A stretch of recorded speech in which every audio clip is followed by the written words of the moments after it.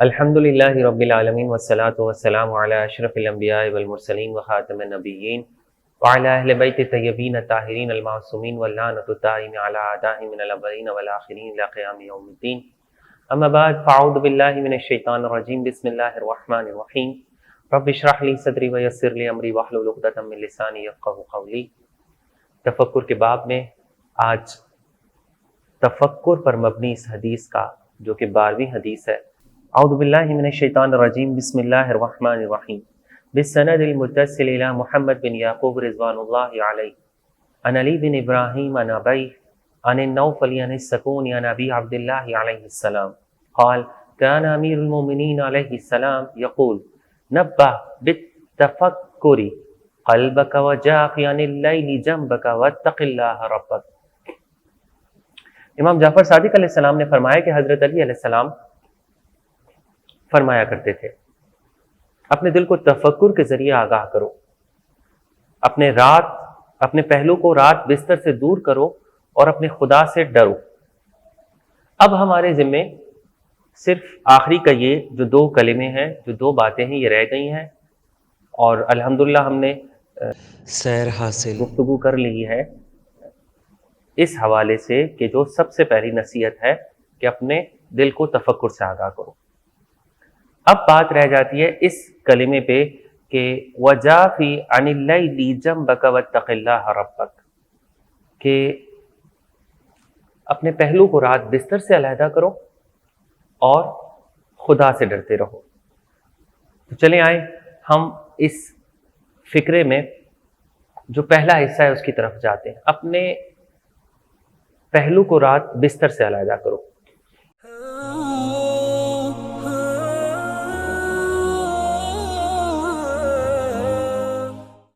اس سے مراد یہاں پر شب بیداری ہے، ایسی شب بیداری کہ جس میں زور دیا جا رہا ہے امام علی علیہ السلام کی طرف سے، اور وہ ہے نماز شب. اور یہ نماز شب اتنی اہمیت کی حامل ہے، اتنی فضیلت کی حامل ہے کہ تمام انبیاء، تمام ائمہ اور تمام علماء کی سیرت میں رہی ہے کہ وہ نماز شب کو ادا کرتے تھے.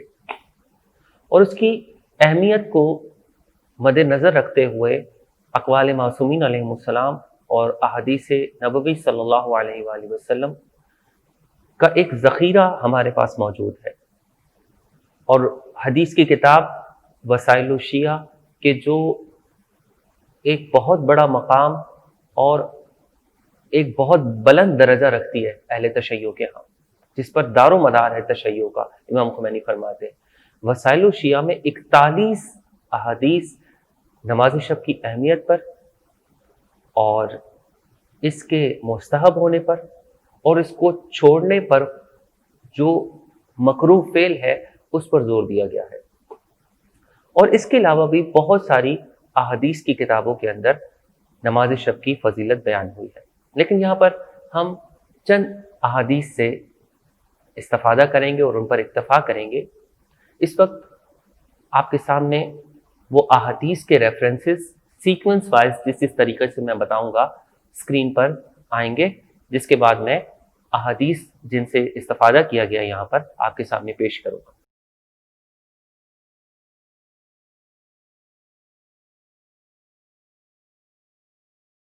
کافی میں معاویہ بن عمار سے روایت ہے کہ امام صادق علیہ السلام کو فرماتے ہوئے سنا کہ رسول خدا جب مولا علی علیہ السلام کو وصیت فرما رہے تھے. ایک طویل حدیث ہے جس میں سے شروع کا اور آخری کا حصہ میں آپ کے سامنے پیش کروں گا کہ اے علی، میں تم کو تمہاری ذات کے بارے میں، اور کیجیے گا پہلے الفاظ پر، میں تم کو تمہاری ذات کے بارے میں چند باتوں پر وصیت کرتا ہوں، ان کو محفوظ کر لو.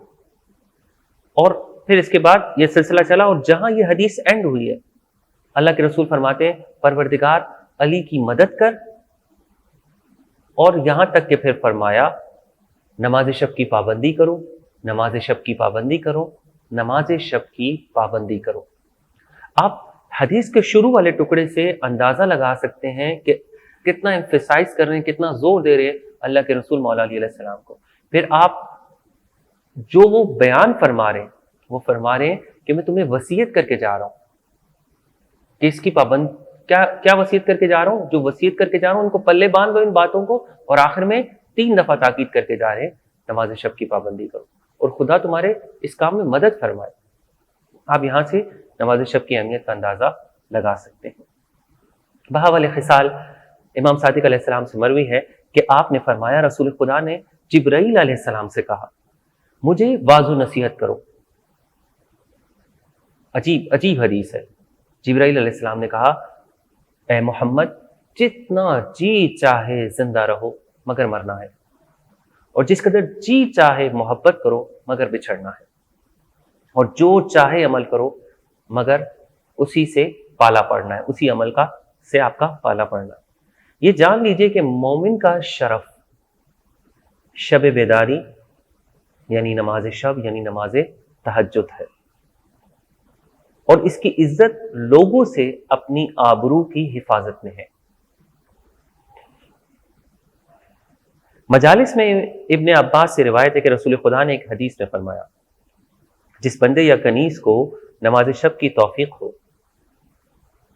وہ خلوص کے ساتھ بستر سے اٹھے.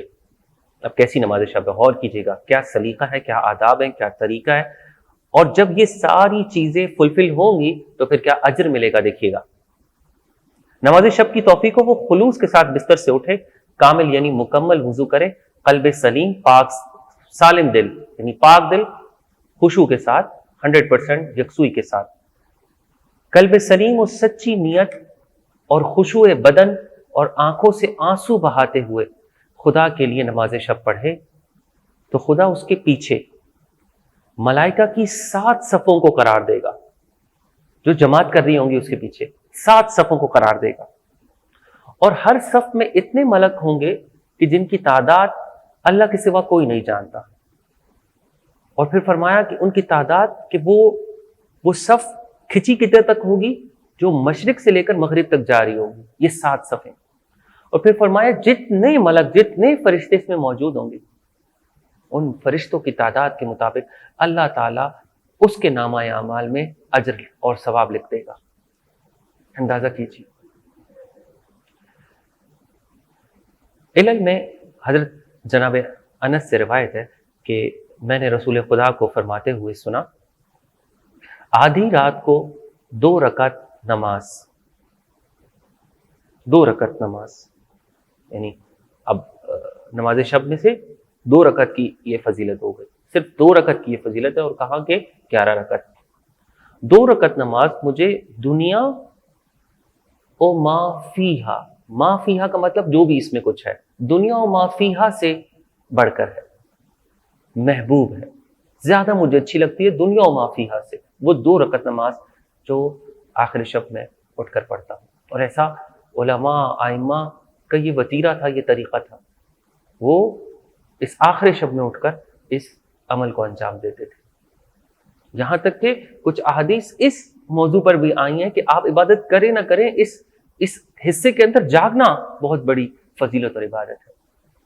انشاءاللہ جب آگے والی احادیث میں جب اس کی تکرار ہوگی تو وہاں پر ہم تذکرہ کریں گے. اور بہت سی احادیث ہیں کہ جن میں نماز شب مومن کا شرف ہے اس کے بارے میں کہا گیا ہے. اور جس طرح مال حاصل کرنا دنیا کی زینت ہے, اسی طریقے سے آخرت کی زینت نماز شب ہے, جس پر بہت ساری احادیث اس عنوان سے کم و بیش الفاظ کے فرق کے ساتھ آئی ہوئی ہیں. عللی میں جابر بن عبداللہ انصاری رحم اللہ سے روایت کی گئی ہے کہ میں نے رسول خدا کو فرماتے ہوئے سنا کہ آپ صلی اللہ علیہ وسلم فرماتے تھے خداوند عالم نے جناب ابراہیم علیہ السلام کو کھانا کھلانے یعنی وہ لوگوں کی دعوت کرتے تھے, مہمان نواز تھے, بہت زیادہ میزبان بہت اچھے تھے, لوگوں کو کھانا کھلانے, اور جب لوگ سوتے تھے اس وقت نماز شب پڑھنے کی وجہ سے خلیل بنایا, خلیل قرار دیا یعنی دوست قرار دیا. خلیل لفظ دوست ہے, خلیل اللہ حضرت ابراہیم علیہ السلام کا لقب تھا.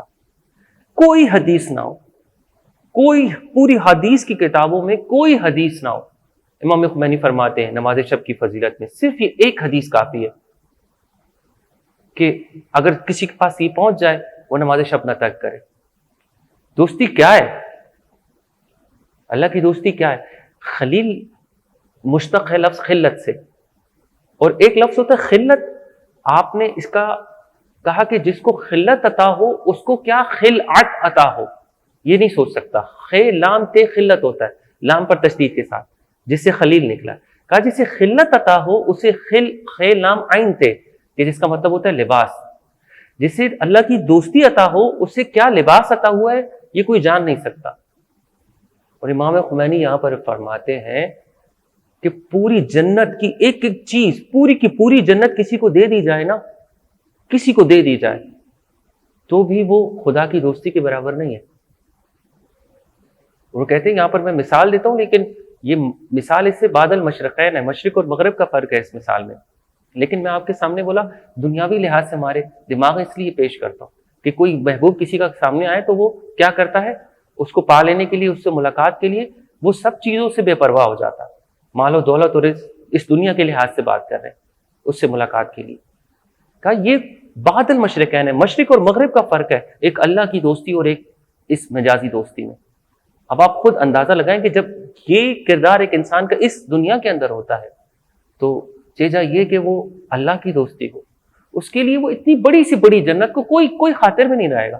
حضرت ابراہیم علیہ السلام کو منجنیق میں جب نمرود نے ڈالا، منجنیق ایک غلیل کو کہتے ہیں، بڑی والی غلیل. جس طریقے سے غلیل کو آپ کھینچتے ہیں اور اس میں پتھر جتنا اس میں الاسٹیسٹی بنتی ہے اتنا پتھر دور جاتا ہے، اور وہ ایک پروجیکٹائل موشن بناتے ہوئے جدھر آپ اس کو جو اینگل دیتے ہیں وہاں پر جا کر کے گرتا ہے.